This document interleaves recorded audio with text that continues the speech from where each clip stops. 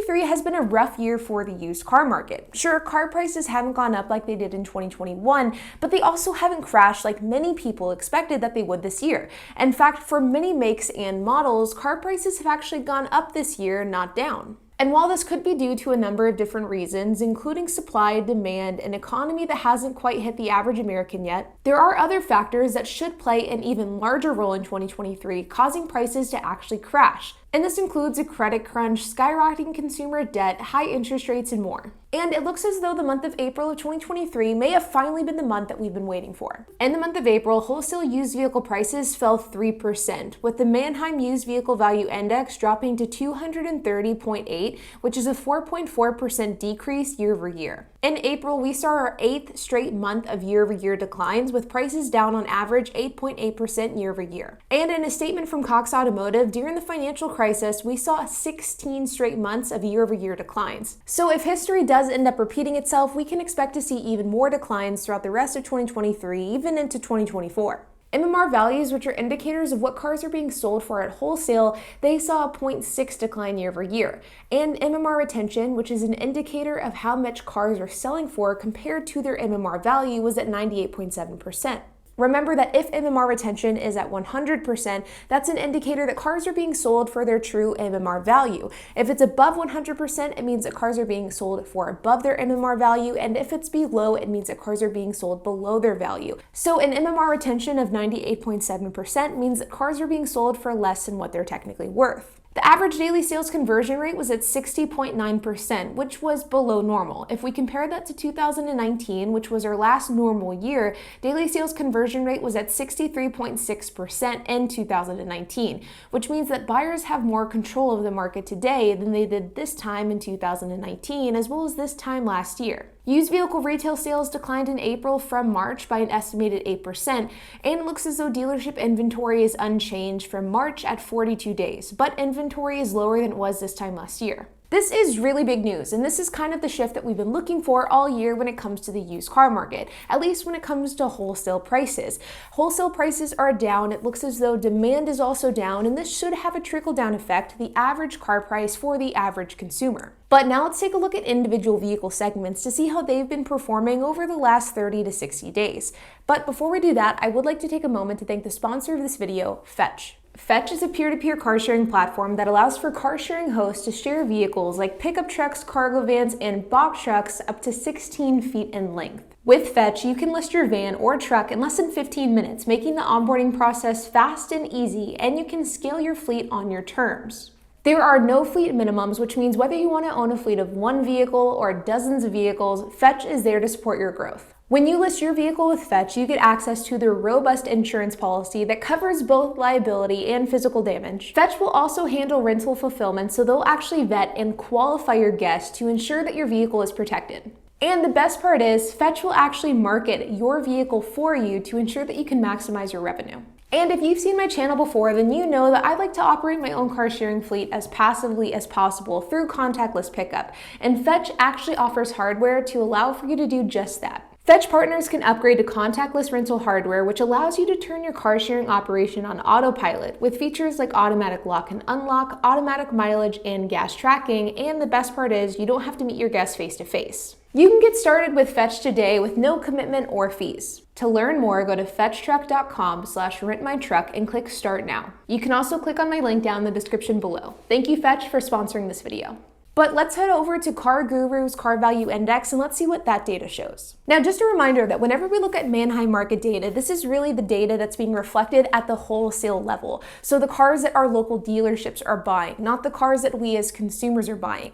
Now, the reason why wholesale level pricing and data is important is because it does have a trickle-down effect to the entire car market as a whole, for both new and used cars that are purchased from both dealerships and private party. While on the other hand, I like to also look at CarGurus because CarGurus gives us some data on what we as consumers can expect to pay, because it's getting used car prices at the consumer level, not at the wholesale level. Looking at CarGurus, the data doesn't really show or reflect what we're seeing at the wholesale level, which is interesting. And this is actually one of the first times that I can recall this happening.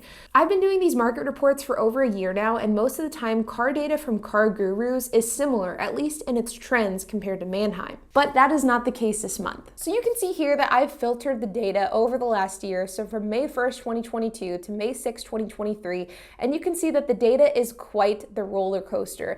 The data kind of starts off flat, and then in some cases it actually increases before it sharply decreases over the course of a about 2-month period of time. And you can see that basically from January until present day, prices have been going consistently up. And if we scroll down to data regarding body style as well as make and model, you can see that the same rings true here as well. You can see that there are only a couple of vehicles that are down over the last 30 days, and that includes vans as well as convertibles, and there are only a couple that are down over the last 90 days as well. In fact, wagons are just flat, and convertibles are down 1.88%. Now, the good news is that if we look at year-over-year data, the data does still show negative trends, with the only vehicles that are actually up in price being coupes, which are up 1.77%, and convertibles, which are up a staggering 12.66%. All other types of body styles are still down, which is good news. We scroll down to makes and models, and the same rings true here as well. You can see that there are a lot of vehicles that are down over the last 30 and 60 days, but there are even more that are up. You can see that Acura, Alfa Romeo, Audi, BMW, there are a bunch of different vehicles that are up in price, which is never good to see. Similar data is shown in the second column, which is the last 90 days. And once again, the silver lining here is that we do still see an overwhelming number of vehicles that are down year over year in price, which is what we ultimately want to see with the car market as a whole. While 30-day and 90-day data are of course important, we ultimately want to be able to see that the car market as a whole is trending down. And year over year data does show that. Though we do need to see 30 and 90-day data turn around sooner than later, that way we don't end up going back to where prices were a year ago, which is something that nobody wants. And last but certainly not least, let's take a look at cars.com. So whenever it comes to looking at third-party websites like cars.com, I like to look at cars that are a reflection of what the average used car looks like. So something that is about 3 years old or newer, $35,000 or less, and has about 50,000 miles or less. And this is in general a representation of what the used car market looks like for the average buyer.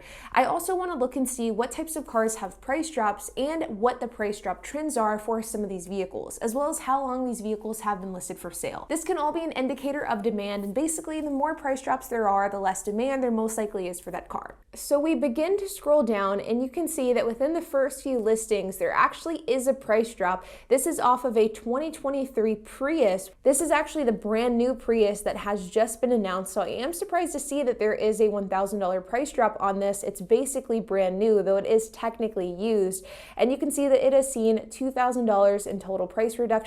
It was initially listed on March 30th for $37,000. It is currently $35,000, with the most recent price drop being on April 29th. We keep scrolling and we can see this 2019 Hyundai Kona SEL. It has a recent price drop as well. This has 42,000 miles, $23,000. And if we look at price history of this car, you can see it was listed 39 days ago. It has seen a total of $700 worth of price drops. And originally it was listed just about a month ago, $23,797. It's currently $23,097. A 2020 Tesla Model 3 Standard Range Plus for $32,000, price drop of $1,500. It has 46,000 miles. Let's take a look at those price trends.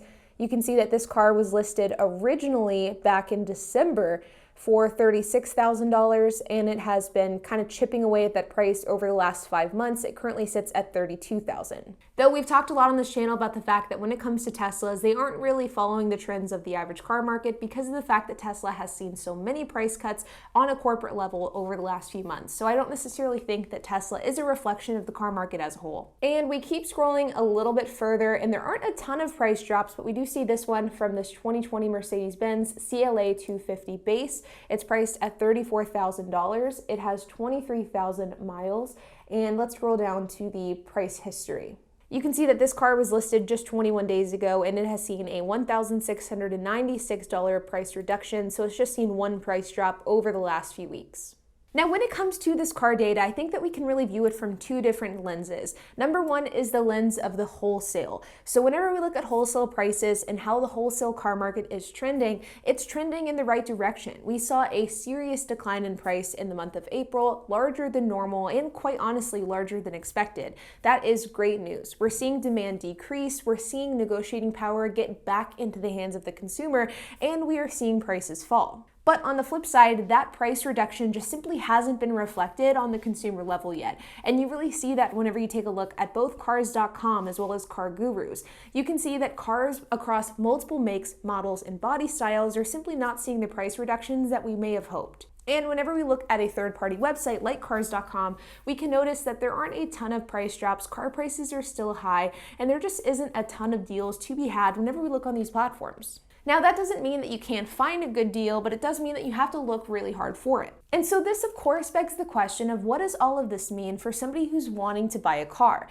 And unfortunately, what it means is that it is probably best to wait at least a few months in order to buy that used car, at least if you're somebody who's wanting to get the best deal possible. While car prices are falling at the wholesale level, we just aren't seeing that change in present day on the consumer level, and we need to give the car market a few months in order to adjust to wholesale prices. Because of this, if you are somebody who's wanting to buy a used car, I would encourage you to wait until June or July. If wholesale prices continue to trend in this direction, then we should see a decrease in prices on the consumer level as well by this summer. And because of that, if you are somebody who's looking to buy a used car, I would wait at least a few months. But all in all, this is good news. Things aren't moving quite as quickly as I think many of us had hoped, but at least progress is better than nothing, and we are definitely seeing some progress at the wholesale level. But like always, you guys, I hope that you enjoyed this video. If you have any questions, comments, if you have anything to add, I would love to hear it, so make sure to leave a comment down below. And while you guys are at it, make sure to hit the like button, hit that subscribe button, and hit the notification bell, and I will see you guys in the next video.